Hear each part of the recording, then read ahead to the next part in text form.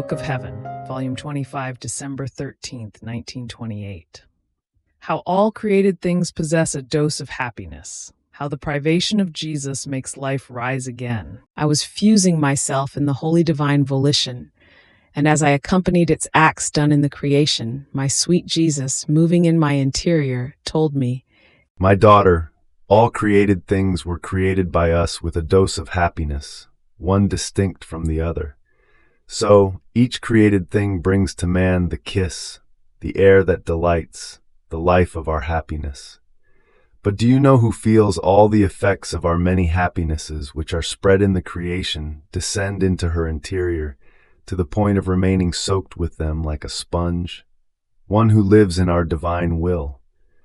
Our happinesses are not foreign to her, because, since she has her taste purified by our fiat, and not corrupted by the human will, her taste and all of her senses have the virtue of enjoying all the happinesses which are present in the created things.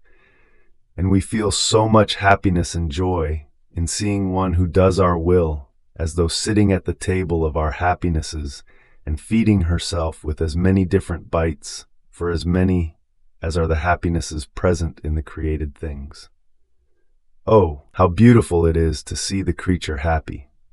At that moment, Jesus kept silent, and I heard the sound of the harmonium playing in the chapel.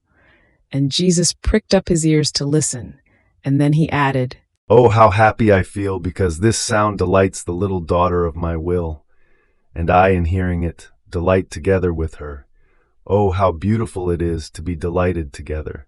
To make one who loves me happy is the greatest of my happinesses." And I, Jesus, my love, my happiness for me is you alone. All other things hold no attraction over me. And Jesus, "Certainly the greatest happiness for you is I, because I contain the source of all joys and happinesses. But I enjoy in giving you the small happinesses, and just as I myself feel them and enjoy them, I want you to feel them and enjoy them together with me." Then I was thinking to myself, Jesus delights so much when I delight in the many happinesses which he spread in the creation. And why then does he grieve me so much, and he renders me so unhappy, to the point of feeling as if I had no life without him? And in feeling myself without life, all happinesses lose life over my poor soul. And Jesus added, "My daughter, if you knew what the utility of my privations is, you feel yourself lifeless without me. You feel you are dead. Yet over that pain and that death my new life is formed. And this new life brings you the new manifestations of the life of my divine will. In fact, since your pain is a divine pain, which has the virtue of making you feel death, but without dying, it has the virtue of making my very life rise again with the enchantment of my truths. The pain of my privation prepares the place for my new life, and disposes your soul to listen to and to comprehend the important truths on my divine fiat. If I did not deprive you of me so very often, you would not have had the new surprises of your Jesus, his many teachings.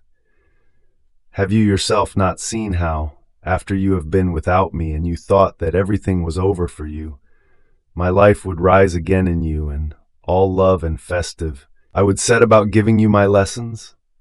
So when I deprive you of me, I remain hidden in you, and I prepare the work to give you, and my new life to rise again. I too suffered the pain of death, to make all creatures rise again in the pain of my death. Death, suffered in the divine order, and in order to fulfill the divine will, produces divine life, so that all creatures might receive this divine life.